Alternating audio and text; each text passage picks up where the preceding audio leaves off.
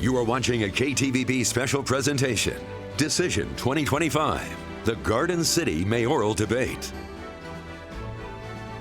Good evening, and thank you for joining us for the Garden City Mayoral Debate. I'm Joe Parris alongside Morgan Romero. Tonight we are hosting a debate with two of the three candidates vying for the position.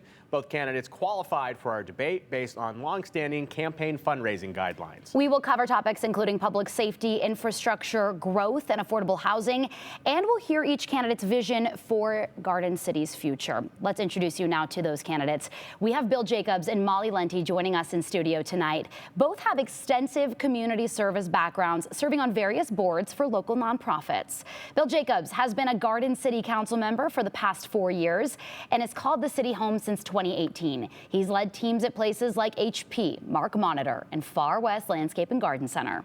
Molly Lenti is serving her second term on the College of Western Idaho Board of Trustees. She's an entrepreneur and currently works as president and co-founder of a Boise-based software company. It's also a good time for us to go over some ground rules for the debate. Nothing crazy, but this debate will follow a traditional question and answer format with opportunities for rebuttals and back and forth. Our goal tonight really is to give each candidate the chance to explain their vision for Garden City's future in their own words. We want the candidates to exchange ideas and have a real discussion. So candidates, if you have something to say, say it. We would kindly ask that if you have any passive-aggressive comments, please leave those at the door. Each candidate will have up to 90 seconds for an opening statement and 90 seconds for a closing statement. Each candidate will also have 1 minute to answer our questions, and 30 seconds of rebuttal time may be granted. Again, we want this to be a productive conversation, so we will allow meaningful engagement beyond the mentioned time limits. And we will get started here tonight. Ms. Lenti selected number 1 and Jacob selected number 2 out of a random draw. So we'll do our opening statements now with Ms. Lenti. Perfect, thank you. Joe and Morgan, appreciate the opportunity to be here today and to talk about the Garden City race and why it's so important to both Bill and I. As Joe shared, I am a proud wife, a mom, an entrepreneur, former corporate executive, and I also serve in an elected office. I've lived in this valley almost my entire life, and my husband and his family are actually third-generation Garden City residents. So the community means a lot to us, and the future of Garden City means a lot to us. I've been serving Garden City in an elected role. I serve in the Zone 2 for Board of Trustees for the College of Western Idaho. And as some people may know, the college is the largest school here in Idaho and one of the fastest growing community colleges in the country. We have seen incredible growth. We have 9 straight semesters of increased enrollment, and that's really challenged us as board and leaders to look at the growth that needed to take place.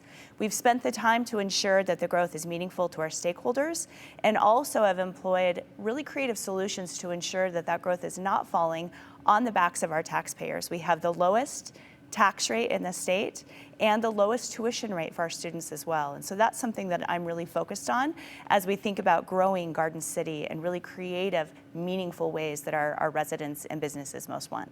Thank you. Mr. Jacobs. Thank you as well, Morgan and Joel, for having us.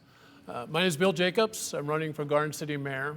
I currently serve on the City Council, and I'm the treasurer of the Urban Renewal District for the city. I've also had a 40-year business career managing and owning businesses. I'm an independent. My number 1 priority is to the residents and businesses of this city.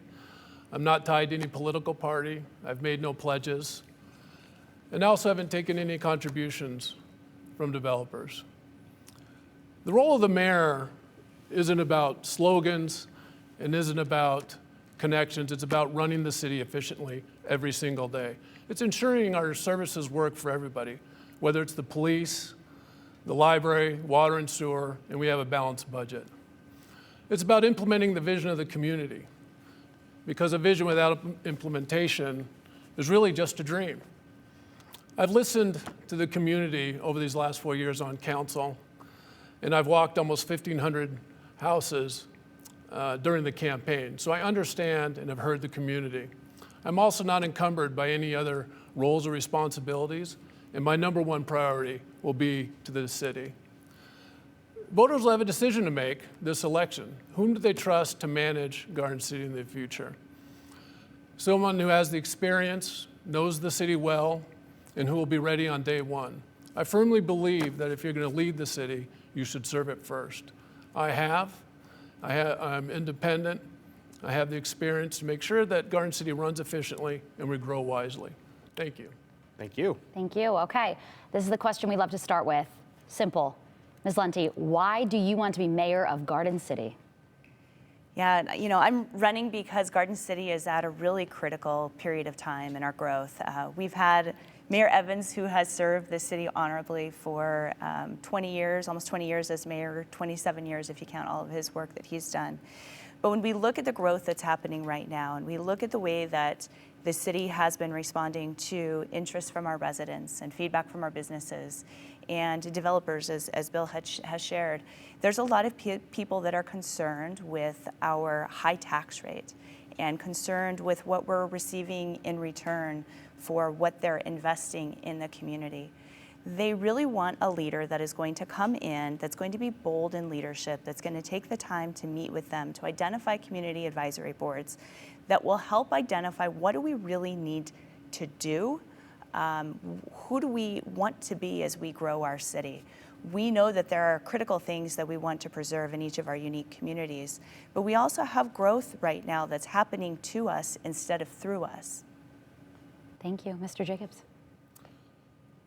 You know, I've served on Garden City Council for 4 years, and I've really enjoyed the experience. Garden City is a great city. I'm very committed to it. I love our residents, our businesses, the Greenbelt. It's in the center of the valley, and it's really just a treasure in the Treasure Valley. The city has been well managed. It's in great shape. And so I think it's important to have continuity of leadership there. Someone who understands the city, knows its staff, knows its budget, understands the police force, and has really been involved for the last 4 years. And I think that's really important. We also need someone who is going to bring new energy into the city. Mayor Evans is retiring after 20 years. And as a business person, I'll also be involved in making sure that we're running efficiently, making sure that things that we do well continue to do well, and things that we need to change, we change. But I think the primary responsibility is to grow the city wisely. It's the major concern of our residents, and having that experience is really important. Thank you. Our next question will be for both candidates. We'll start with Mr. Jacobs. As you both highlighted, Mayor Evans, long tenured Garden City mayor. I've talked to residents say it's hard to remember Garden City without him. Twofold question again, Mr. Jacobs. What do you like about what John Evans has done as mayor, as Garden City? And is there anything that you would change from the current administration if elected? Well, I think Garden City wouldn't really be Garden City without John's leadership. And so if you look back several years, you can see the changes in the city of what's been happening. The vision of the city is actually in motion with our development and projects that we've had in the city. And so I think we have a terrific police force, we have a terrific staff, the city's financially sound, very strong surplus on our budget. So the fundamentals are just fantastic for the city. I think what I'd change primarily is the outreach that we have the community. Currently, the city, if you want information from the city, you have to kind of come to us and we'll respond, and you have access to the electeds. You can get the information you need. However, I think we need to be more outbound with our communication, so I want a little bit more communication, community engagement, having forums. We've talked about having open forums for the residents. I'd like to have it where there's like an open mic night, so to speak, but then also be topic-based. What do the residents want? What do they think about the Greenbelt? What do they think about, how we're growing and developing, and get their feedback? So I think that's probably the main thing I'd change. Ms. Lunte, do you like the general direction of the mayor's office as it stands now? If elected, is there something that you would look to change? I think anytime that you've got a leader that's been in office as long as Mayor Evans has, there's always opportunity for change. There's a lot of really great things that have taken place in Garden City, and I've watched it happen through the years.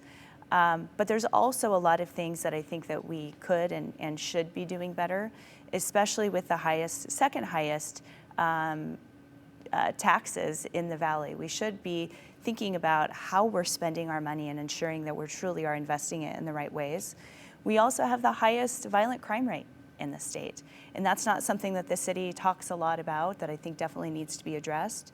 We have a massive rezoning issue that needs to be addressed as well.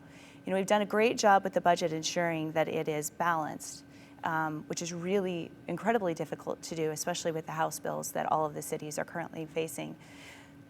But we have, our percentage of budget has increased considerably from 17.9 million up to 30.7 million just over the last 7 years.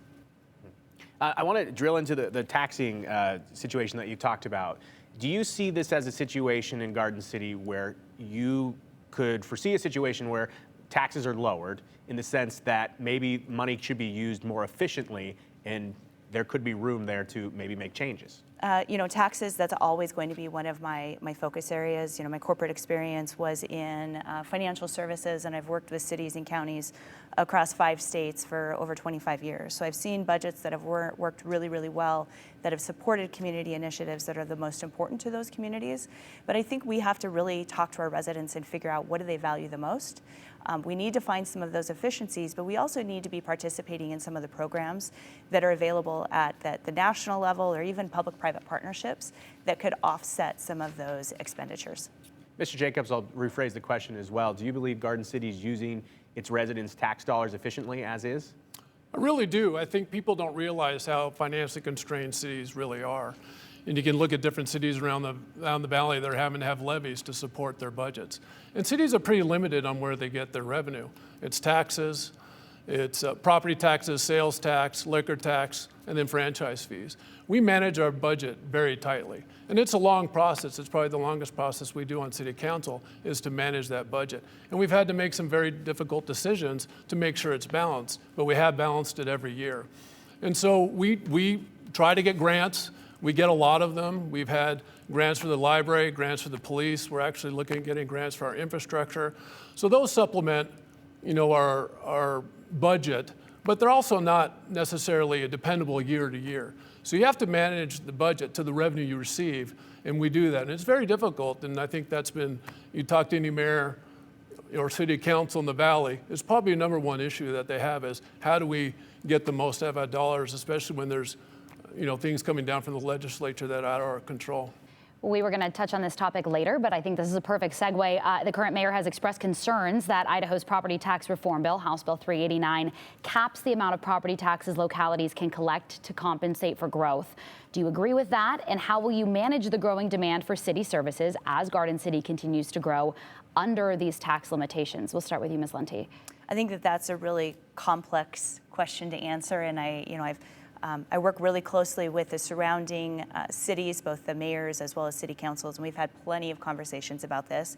Every city has to focus on this a little bit different, but I think where we collectively unite is we've got to find another solution. We've got to find a way to go back to the legislature and say, this formula doesn't work, and it's going to continue to compound on each of our cities and our budgets as it continues on.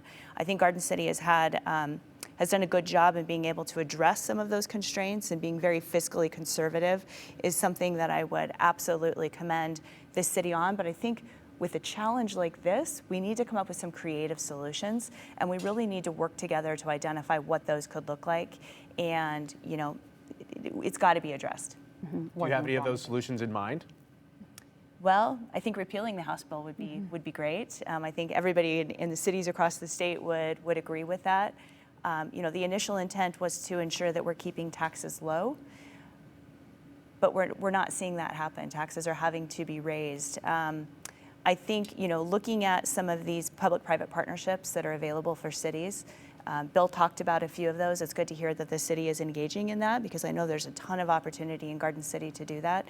It's got to be a balanced approach. It's not just one answer. It's got to be looking at the budget in a variety of different ways, with a lot of people around the table that can help surface solutions that we can collectively pursue and look at how that might work. Mr. Jacobs, do you agree with ideally going to lawmakers and asking them to repeal that House bill? Well, we already have, and I think every jurisdiction in the Treasure Valley is trying to work with their legislatures. We work through the Association of Idaho Cities as a lobbying group to try to work with the legislature. I doubt it'll get repealed, but at least amend it so it's a little bit more amicable and beneficial for the cities. As the budget process in Garden City, we've had to make some hard choices. So we normally buy 4 police cars a year. This year we bought 3. our senior staff forego their raises so that we could provide those raises to downstream staff.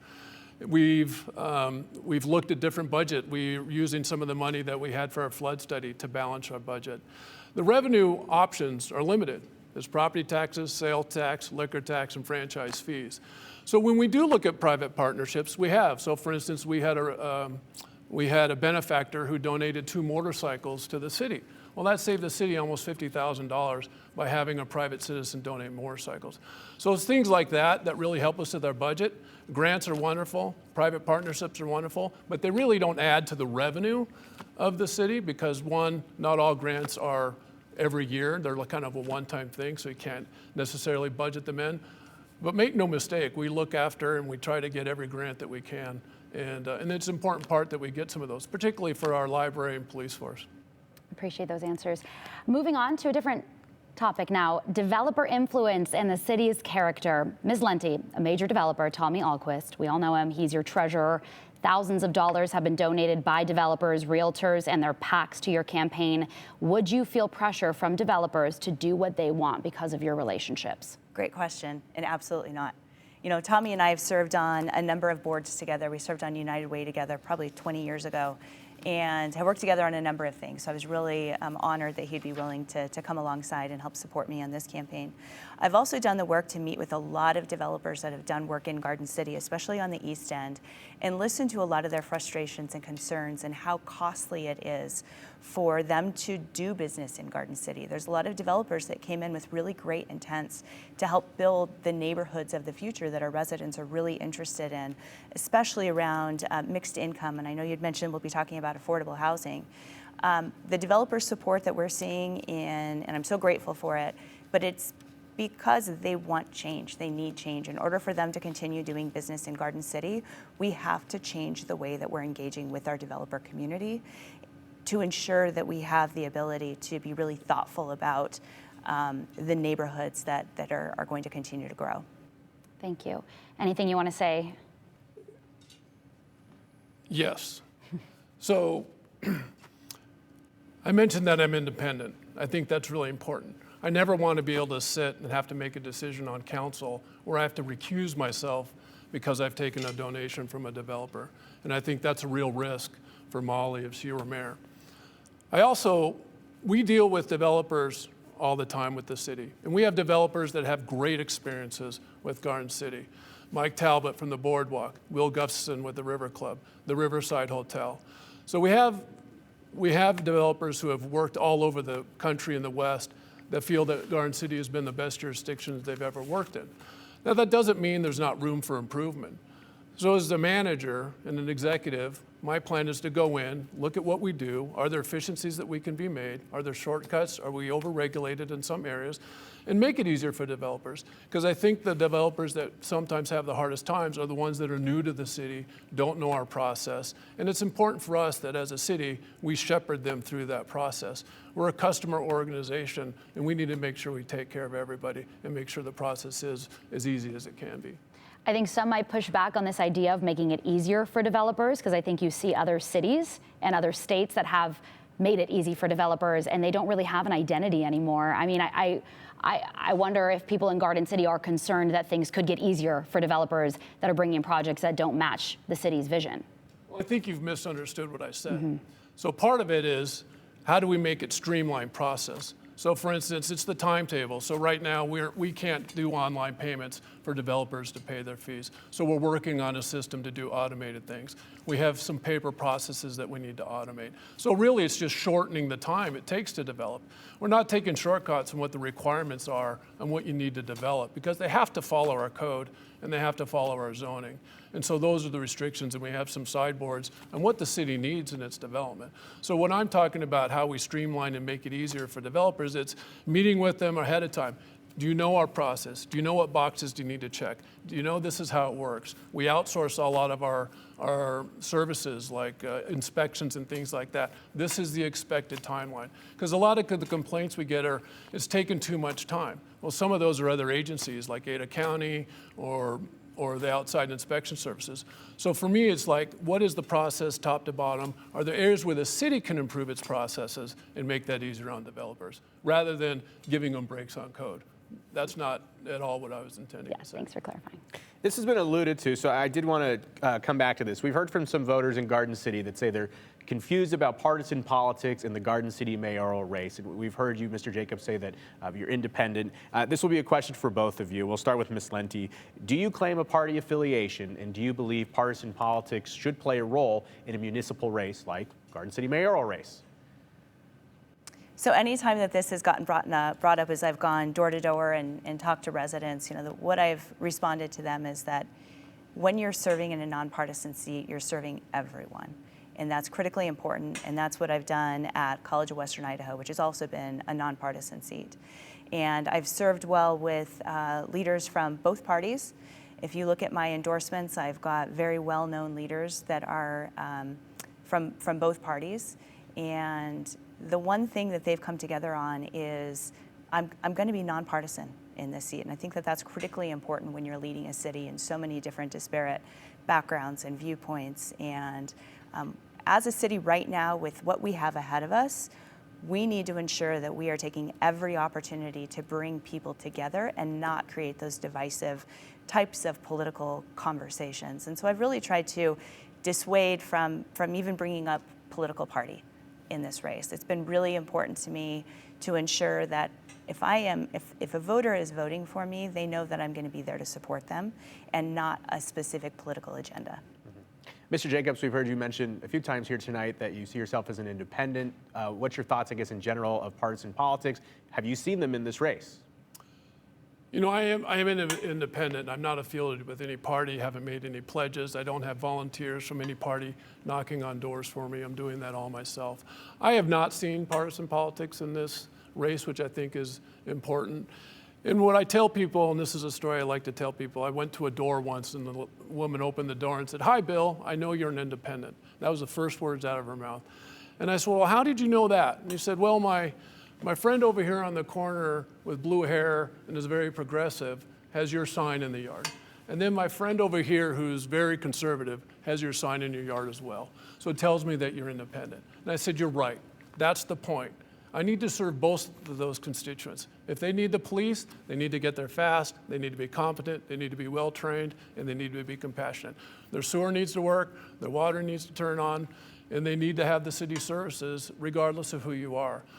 So a water line and a sewer line doesn't know a party affiliation. And so that's the role of the mayor, to run the city every day, make sure services work for every day, regardless of who you are.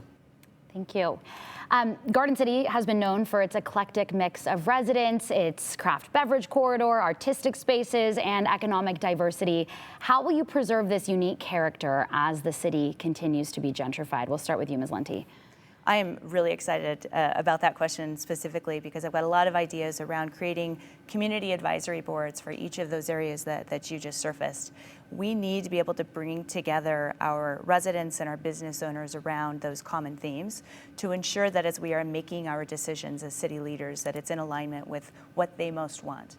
Our residents on the East End, they've got a vision for their community and what that could potentially look like. Residents on the West End, which is where I live, we don't even call it the West End.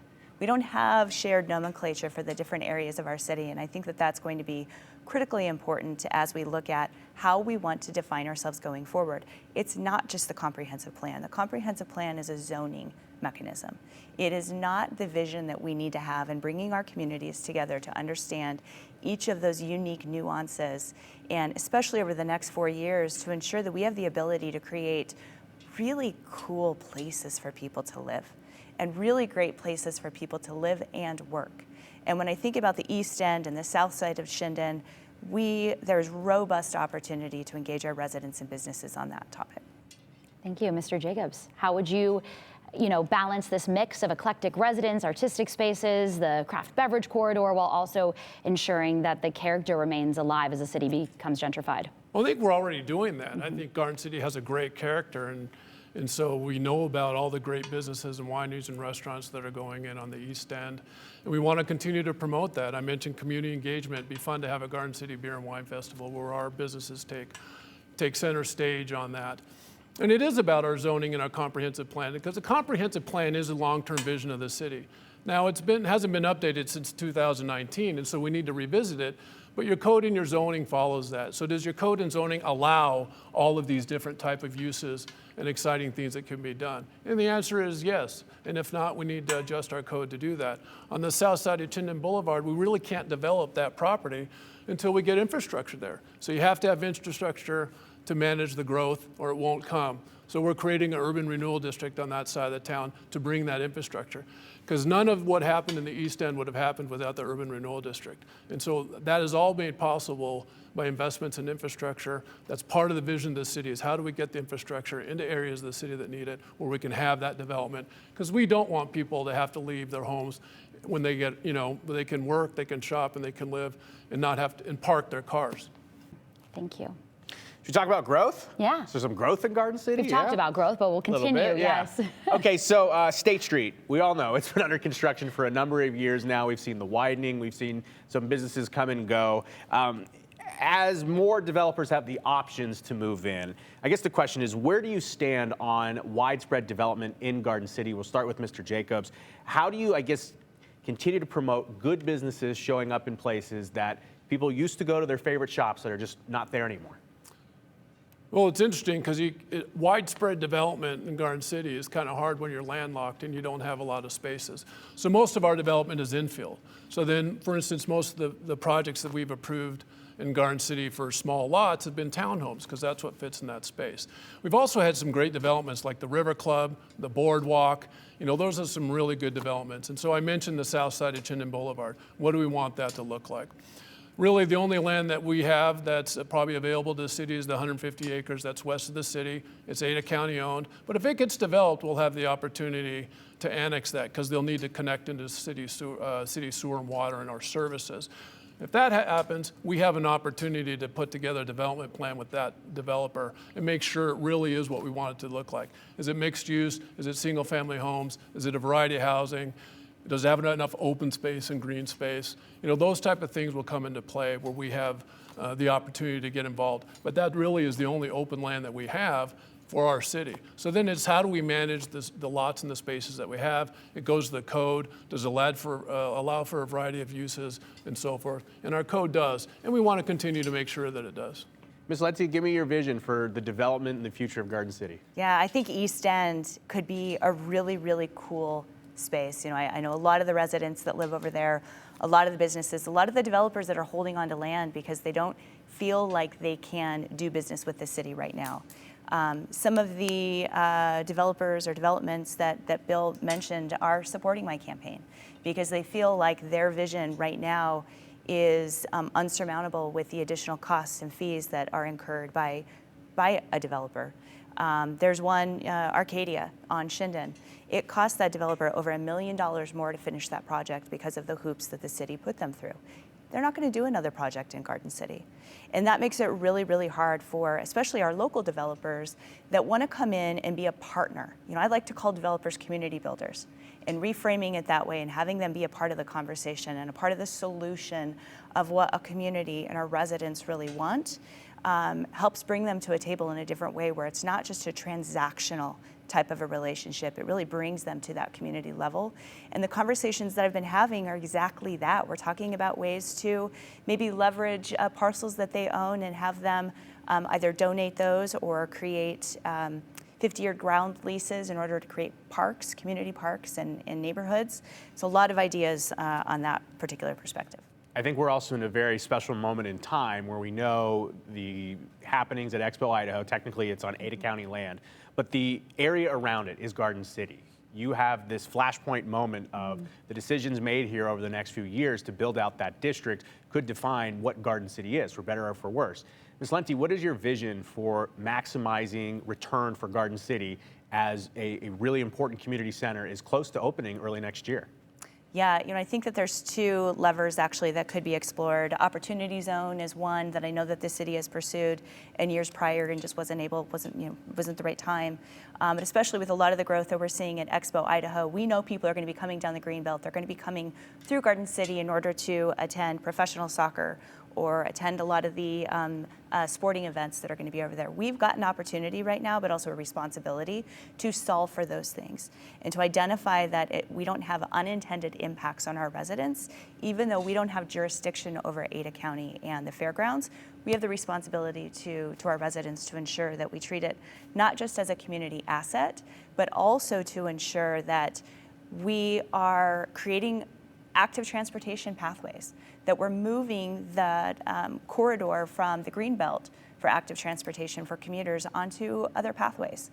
There are a lot of things that can be explored in that direction. Having people come to Garden City to enjoy, we talked about our beverage industry, and we've got so many local restaurants. We really need to create, as a city, we need to wrap our arms around that. We don't have an economic development agency here in Garden City. That's the role of the mayor's office. We've got to be thinking about it in that perspective, and I've done that work. Mr. Jacobs, to rephrase the question, how, if elected, would you want to maximize this opportunity to, I guess, expand in the area around Expo Idaho, knowing this is going to be a major draw for Idahoans? Well, really, I think it's engage with the county, engage with the new sports owners. I did speak with the owner, and I asked him specifically, is what can Garden City do to help you? And he said, really, we're just developing this on Ada County land. We just need to make sure that your code and your zoning in and around the fairgrounds is favorable to restaurants, favorable to developments, and all of those type of things. And once those people come and that traffic comes, those businesses will come into Garden City. We don't dictate commerce, but we have to make sure that our code allows those uses so that it comes in. And I think that's really important. Molly mentioned the Arcadia.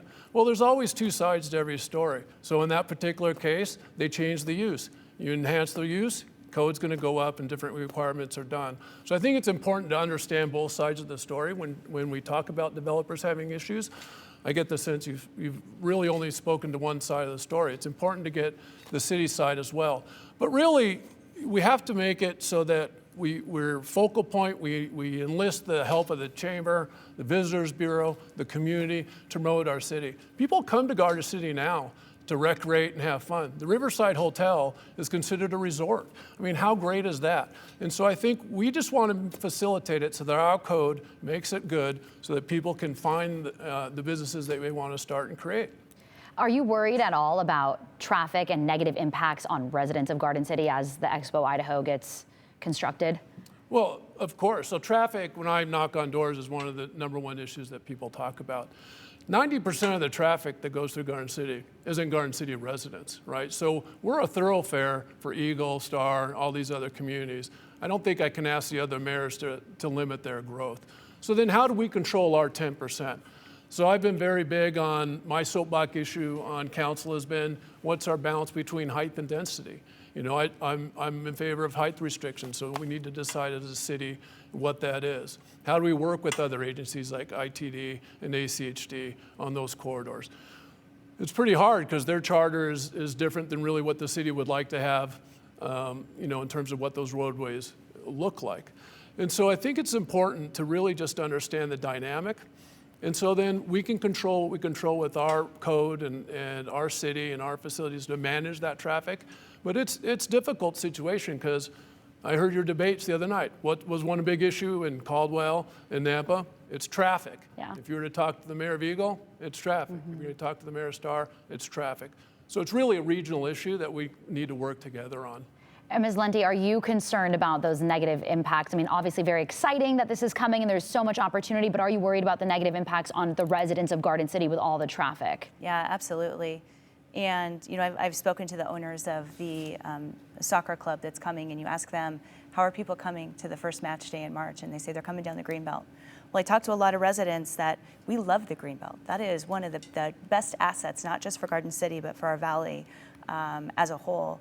And there's a lot of concerns about traffic on the Greenbelt and a lot of other safety hazards that currently exist. We've got to solve for those things. We've got to create additional pathways. There are things that we could be doing. You know, we're not going to put a bike pathway down Shinden or down State Street, but we've got the opportunity to engage on Adams. We've got the opportunity to leverage easements on canals. Thurman Mill Canal runs from Whitewater all the way through Banbury. That is an excellent west-east corridor that could be explored in a way that can move some of that traffic off and still be able to move people through that location. This can be far more of an opportunity for us in Garden City if we have the right leadership that will get ahead of the problems and own that there's a problem so that we can create the solution. Right now, I'm not hearing a lot of ownership of the problems that exist. And if we've got a leader that is bold enough to say, here's a problem, we know it exists, we're going to work with others to ensure that we solve for it, but we have to solve for it. I wanted to follow up on something that Mr. Jacobs touched on, and I was speaking with a Garden City resident about this recently. I didn't realize that there's no height restrictions in terms of buildings in Garden City. I mean, you could build all the way to the moon if you wanted to. I'm curious, what is your perspective, Ms. Lenti, on balancing the views of the river, views of the foothill, while also welcoming in developers, knowing that there's not a lot of places to go out. You have to kind of go vertical. Yeah. You know, we've got a massive rezone issue going on right now. There's been a lot of things that have taken place where we've got a huge rezone that has come in front of council. One of the only neighborhoods that has been recommended to downzone is the neighborhood that the bulk of city council lives in right now. So everywhere else can be currently upzoned, where we've got, you know, a large apartment complex at the Boise Bible College that is under review right now. We do not have the infrastructure to support a lot of those large multifamily developments. And I'm not saying that we need to have that many more residents in Garden City. I want to make sure that we're really thoughtful about the development that we undergo so that it matches what our residents want today as well as our residents in the future. We don't have to have a bunch of high-rise apartments. There might be a few places that makes sense, but as a whole, let's build some really, really cool communities. Let's create a future city, not just for us, but for our generations to come. Thank you. All right, let's talk about affordable housing. Again, perfect segue. Address the zoning? Yeah, absolutely, yes. So the zoning has not come before council, and the zoning isn't just my neighborhood. So what we instructed our city staff to do is to look at the zoning so it matches our comprehensive plan.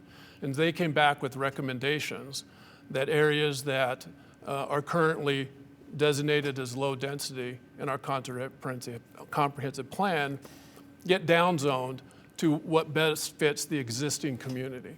So the zoning changes that we're doing are there to match what is there currently. And so it's not the city council requesting that they rezone our properties. We're looking at the entire city, you know, where the zoning doesn't match the existing structures, and then doing those changes. And that was based on a recommendation from council is please look at the entire city. So it's both on the north and south side of the river. It's not just my neighborhood. And so I think it's important to understand how the dynamics of the city work because it goes through a process. It goes through council, and these issues haven't reached council yet. They're still open for deliberation, but it's really rezoning existing neighborhoods to what they should be. Your rebuttal? Are you good? Our comprehensive plan is not a comprehensive plan because it has evolved so much since the original creation in 2019. Our world has evolved. But one of the main issues that I see is that as they're making decisions, the city council has been making decisions on the rezoning, then they're changing the comprehensive plan to match the new rezoning. And it's not the transparent type of a process that our residents are currently engaged in. And that's been detrimental to a lot of our neighborhoods. And as I've talked to residents, they're really concerned about showing up for planning and zoning meetings, showing up and talking to city officials, spending the time to be informed, to go and advocate on behalf of their neighborhood, and then nothing happening, nothing changing. They do not feel like they have a voice. Mr. Jacobs, do you think that's a fair description? Well, I just don't think that's accurate, right? So again, council has not reviewed any of the zoning. Our comprehensive plan isn't changing willy-nilly. It's been pretty stable. It was updated in 2019. And one of my platforms is we need to revisit it because things have changed and we need to relook at it. In this particular case, the rezoning areas that do match the comprehensive plan. And so the only zoning changes that we've had since I've been on council is we rezoned the River Club and the golf course because we wanted to preserve the golf course and allow that development so the golf course could be preserved. So we're not out there changing zoning all the time, changing the comprehensive plan. Those just aren't accurate statements. And I think if you've been involved with the city, you'd understand the process. We've engaged the community. We sent them letters. The Director of Development Services met with people. right? It went before planning and zoning. So we're following the process. We're trying to be as transparent as we can. And short of knocking on everybody's door, I think the city has done a really good job of trying to get people engaged. And again, we'll address this in March when it comes before council. Ms. Lenty, do you have a plan to engage the people of Garden City differently than maybe how the current administration is? Absolutely. One of the things that we did under my leadership at the College of Western Idaho, with the massive growth that we knew that was taking place and the campus revisioning that needed to happen, we took a pause and we said we really need to spend the time to go through a visioning process, identify our stakeholders, go to their communities, have these conversations, have these listening sessions, variety of different ways that we could capture this information. Then that was compiled and brought back to the board for us to have enough information to start making those decisions. We don't have a mechanism for that right now. I had mentioned that we don't even have a shared nomenclature of who we call ourselves in each of our unique communities. It's been very apparent door knocking that the residents on the West End or the residents north of the river want very different things from Garden City than the residents on the East End. So I think we really need to look at it from a geographic standpoint to understand what type of zoning is appropriate. This massive rezone that's it's been in front of planning and zoning and was recommended to City Council. They don't want a decision during a campaign time period, and I understand that. There's a lot of distractions during a campaign cycle. But we know that the way that it has come forward to the residents has not been inclusive and has not allowed them the ability to understand the massive rezoning and how it will impact their neighborhoods. And I think that's got to be a part of the transparency that I keep talking about. Thank you. All right. Now we're ready to move on to more affordable housing conversations. Mobile home parks are disappearing in Garden City. There were many 10 years ago, and now as land is sold for high-end development, they are disappearing. The mayor has acknowledged residents are being forced out. So what concrete steps will you take to preserve affordable housing for the city's lowest income residents? And we'll begin with you, Ms. Lenty. Affordable housing is something that I've worked the bulk of my career in supporting in the 5 states that I've been responsible for. I've seen communities do a really good job to ensure that they're evolving without risking gentrification, which is what's happening in the East End especially. There are ways to engage owners of mobile home parks in really creative strategies, and there are a number of nonprofit organizations that are local here in Idaho that do just that. That's their expertise. The majority of residents in a mobile home park, statistically, when you're looking at that, they are on fixed income. They are disabled. They are young families that they can't afford housing anywhere else. I actually don't call it affordable housing. I call it attainable housing or workforce housing. We've got to find ways, and we need to partner with the developers, and I've had conversations with them on mixed income pocket neighborhoods, where you've got higher income properties offsetting the cost of these lower income units. There's also programs that are available at the national level that the City of Garden City has opted not to participate in. We need to have those incentives in place for our developers and our builders in order to make it cost effective for them to do work in Garden City and help build these neighborhoods that we know are so critically important. Thank you. And Mr. Jacobs, what concrete steps would you take to preserve affordable housing? Well, I think it's important that we have a variety of housing and that we allow that in our code. And so the city doesn't get involved in commerce, and we can't prevent somebody from selling that land to a developer. So if someone is displaced, what we can encourage is that those people are given plenty of notice, maybe a compensation to help them through that transition if that property gets sold. We also want to encourage, like I mentioned, a variety of housing. And so that's done through your code. For instance, we work closely with Neighborhood Works. And I talked to their director, and to quote him, he said that in Garden City, more than any other city in the state, has done more for its zoning to allow for their type of developments, which are pocket neighborhoods. And what we did there is we reduced the amount of space that was required between the house, and it allowed Neighborhood Works to build multiple locations in Garden City. Talking to him about what's happening in the valley, he goes, we just can't afford the land right now to build these new pocket neighborhoods. The only development they've got going is in Boise, and it was property that they bought 3 years ago. So really, that's a big issue. So what we want to try to do is variety of housing makes for not only a healthy city, but also gives people options. And then, yes, we need to look at the state, fund the housing fund, right? Look at subsidies like that, because if you're going to have a below market rate, affordable or attainable house, it needs to be subsidized in some way. State, federal, lower building cost, things like that. And so we need to encourage those type of subsidies, yes. Did you feel City Council and the mayor have done enough to preserve that? No, I don't think that it's been a priority, and I don't think it's been a vision of theirs for the development on the East End. I'd actually like to ask Bill if there's been any affordable housing projects that have taken place since you've been serving at the city. Well, no, because like I said, I talked to Bud at Neighborhood Works, and he goes, it's not the city. We have a great relationship with the city. Your zoning's the best in the state for the projects that we try to do. We just can't afford the parcels to build these properties, and we can't really afford them anywhere in the valley. And so then you have to look at developers who specialize this. You know, there's the TPC companies. They specialize in affordable housing. They know that process. They know how to get the federal subsidies. And so you want to encourage developers like that to come in, but it has to be economical for them, and your code has to allow it, which it does. And so we want to be able to have conversations with those developers that specialize in that type of housing, and yes, get it built.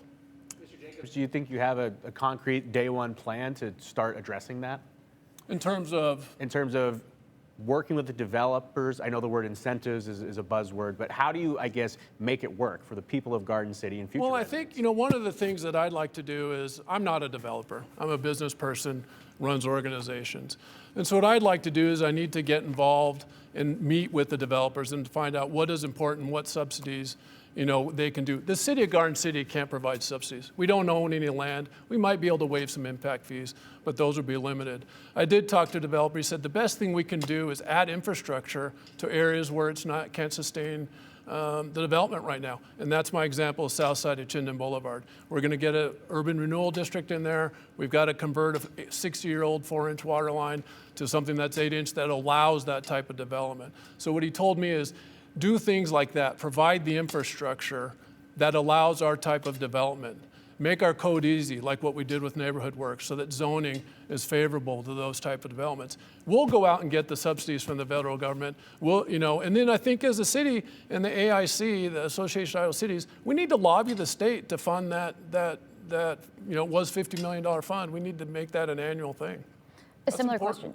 Thank you. Similar question for you, Ms. Lunty. What would your day one plan be to address that? Yeah, you know, I've talked to NeighborWorks as well, and I've worked with them for decades, and actually volunteered on the last project that they did in Garden City. And their ability to do any more work in Garden City, it's not, just like Bill had shared, it's not working with city planning department. They're very complimentary of the city planning department. It's not the zoning challenges in Garden City. It's the fact that we have not participated in a lot of these programs that are available to incentivize and offset the cost of a developer. That, you know, Federal Home Loan Bank, they're required to make available 10% of their net proceeds every year. There's other banks that, through Community Reinvestment Act dollars, they have to make those resources available. So I think that we've failed a lot of our developers in not participating in that, even though these opportunities have come directly to City Hall, and City Hall has opted out of them where our neighboring communities have participated. Also, the costliness. So just, you know, we're a lean staff, as Bill shared, but we've got to find efficiencies to make it easier for developers to go through the process. NeighborWorks said they could have donated 3 homes for the amount of time that it took to work through the city to finish the project. And that wasn't a knock on the city in any way. That was more just, we've got to find a way to help offset some of those costs that are side effects. And Ms. Lundy, you did say that you agree with this idea that high-value new properties should supplement the cost, or to be able to afford, you know, attain those affordable housing units, and the cost of service for those lower-valued properties. Is that trade-off acceptable, or do you have alternative revenue strategies? It sounds like you're on board with that. You know, public-private partnerships are a great creative way to look at building out a community that's really important to the vision of those residents. And, you know, Bill had talked about different private grants and things like that. I'm talking about true public-private partnerships, where public is funding part of it, private is funding part of it, and it offsets the cost. And, you know, private dollars are never going to equate the same as public dollars. Public dollars will always be more valuable because those are our taxpayers' resources. But there's ways to partner so that the private capital stack can help offset the cost that's incurred to the building of that project itself. I did want to follow up with that as well, Ms. Lenti. I know that there will likely be people in Garden City that say, you know, there's all this excitement about the soccer stadium, there's all this excitement about growth, but there are families that have lived there for decades that have the fear of, am I going to be able to afford to stay in Garden City? What message would you have to people in Garden City that say, I'm not sure if this is a community I'm going to be able to stay a part of in the future? We've got to solve for that. We can't just be pushing people out of a community that have been here for generations, that want to contribute to the future of Garden City. There's ways to work with residents, whether they rent or own their, let's say, a manufactured home in a park. There are ways that we can look at inventorying all of our different housing types of units to identify who are the locally owned property owners. There, you know, traditionally there's a lot more success in that relationship between the homeowner and the future of that property, so that they are not, their rents aren't raised where they are pushed out of that area of community. There are nonprofit programs that exist where we can create land trusts. We can create so many creative solutions that help with the visibility of that park and that ownership to retain. As well as mixed income type of solutions, because there are some mobile homes that are aged, that are dilapidated, that aren't safe for people to live. Let's help create some solutions that they can stay in Garden City. It might not be in their particular home that they've been in, but I don't want them displaced to another community. And Mr. Jacobs, how do you prevent displacement of current residents? So can you repeat the question? Yeah. We were talking about affordable housing, mobile home parks, as well as other types of attainable housing, as Ms. Lenti said. How do you prevent the displacement of residents who want to stay in Garden City but are worried they're going to be pushed out with all of this development going on right now? Well, I think, you know, there are organizations like LEAP that really work with mobile home park owners to see if they can buy their lot and land, and they improve that, and they've proven that model successful because then it gives people pride of ownership. And so I think we need to engage. But that also takes the cooperation of the landowner to be able to sell to an organization like LEAP. So it really is, you have to get landowners who are willing to give or sell their land to an organization like LEAP or at below market rates to do that. You know, I think it's really important that the city doesn't get involved in the commerce and dictate by law, we can't tell someone how to develop their land, and we can't force them to retain that. What we can do is try to encourage it. And that's having a variety of housing, like I mentioned. Do we have single family? Do we have duplexes? Do we have triplexes? Do we have developers, you know, that know how to do workforce or attainable housing? Get them to encourage to have them in the city. So if they do get displaced and that property owner wants to develop his land, which he has a right to, that they have a place to go in Garden City, because we've developed a variety of housing. We have developers who also, you know, have built attainable housing and workforce housing. And so I think that's really important. Like I mentioned, a variety of housing and options makes for a healthy city, and it lets people stay where they're at, whether they're young families or elderly. You know, we want to keep those people in our city. Thank you. It's difficult because we are running out of time, and we had so many other topics to talk about, including public safety. I know you guys initially touched on those in your opening statements, but we are going to move on to closing statements at this time. We will begin with you, Ms. Lenti. All right. Well, you know, really appreciated the opportunity to be here. I know Bill and I, before we spoke tonight, we're like, oh boy, we were so close to being done with the campaign. It's almost over. Yeah. We started out very civil. I'm really proud that we're, you know, finishing up the campaign very civil. We've got different leadership styles and different visions for the city, but I think ultimately we both really, really care about the future and care about the residents of Garden City. When I think about, you know, my leadership, my plan is to create a 100-day plan for my first 100 days in office. We really need to surface the known problems that exist so that we can bring people together around creating solutions for them. I've got a lot of ideas. I've done the research. I've spent the time with city leaders, state leaders from across the state to understand possible solutions, but I'm not the type of leader that's coming in with an agenda. I'm the leader that convenes people around a topic, surfaces their input, their ideas, and creates a way for them to be a part of the solution. And I think that that's going to be critically important as we're looking at building the fabric and the framework of who Garden City is going to be going forward. So my commitment to the residents and to our businesses is if they choose to elect me as their next mayor, that I am going to be doing the work on their behalf. I'm going to be spending the time to really listen and understand what's most important to them. And then my responsibility is to ensure that I'm leveraging my vast network of resources to bring those solutions, to bring a lot of those programs that exist to Garden City. We are only 4 square miles. We are central to the valley. We are the only landlocked city in the Treasure Valley. We have that responsibility to really be thoughtful for our residents and our businesses and create a community that is happening through us instead of happening to us. Thank you. Mr. Jacobs. Well, thank you for having us. This was a lively debate and fun to answer your questions and talk about Garden City, one of my favorite topics. So I think as the residents of Garden City decide who they're going to vote to be their next leader, they have to think about who they trust to manage the city next, who has the experience and the vision for that city. Because to run it well, it takes experience, takes discipline, vision, teamwork, and I have that experience. I understand the role of the mayor. I understand what they do. It's the day-to-day operation of the city on top of having vision. But you have to run the city each day. And I'll roll up my sleeves and ensure that our quality of life is maintained as we grow the city. I'm running as an independent. My number one priority is to the residents of Garden City and the businesses of Garden City. They're my number one commitment. I don't have any other jobs or things like that that I'm focused on. The Garden City is at a crossroads. We're growing rapidly. We talked about all those issues today: traffic, building, growth, affordable housing. You know, I think you need experienced, steady leadership to lead the city. Because we need to be able to protect the character of our small town, and we can do that, and we need to do it wisely. I don't think the city wants a mayor who hasn't lived in the city very long or hasn't served it in any capacity.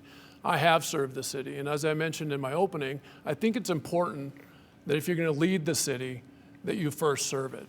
And so I'm looking forward to serving the city, making an impact, make sure we run efficiently, but also make sure that we grow wisely. And that's my commitment to the residents of Garden City. Thank you. We just have a fraction of time, and I don't want any time to go to waste. So real quickly, each of you, we'll start with Ms. Lenti. If voters want to learn more about you, what is your info page? What's your website? Yeah, mollylenti.com. Very good. Easy. Mr. Mine Jacobs? is electbilljacobs.com. Okay, very good. Well, thank you to the candidates here tonight for Yeah, being a part of this thank you. debate. The last 3 nights, I've really enjoyed the conversations. Yes. I've learned a lot about our community. If there are more questions, I think, for the candidates, we have the website, of course, that they can go to, our great voter guide at ktvb.com. If for some reason you're tuning in late or you only saw a portion of this will be available on demand on KTVB Plus. You can download on your TV for free today and on the KTVB YouTube channel. Yep, and if you missed the Nampa and the Caldwell mayoral debates, those are also available on KTVB Plus on our YouTube channel and on ktvb.com. Election Day on Tuesday. Yeah. So we appreciate we appreciate you guys. I know in this final push, I know you thought you were done, but we really appreciate you guys being here. Thanks so 5 more much. days, right? Yeah, Yes. yeah. And thank you, viewers, for joining in. Thank you. Appreciate it. Continue with us and watch free now on the KTVB Plus app everywhere you stream.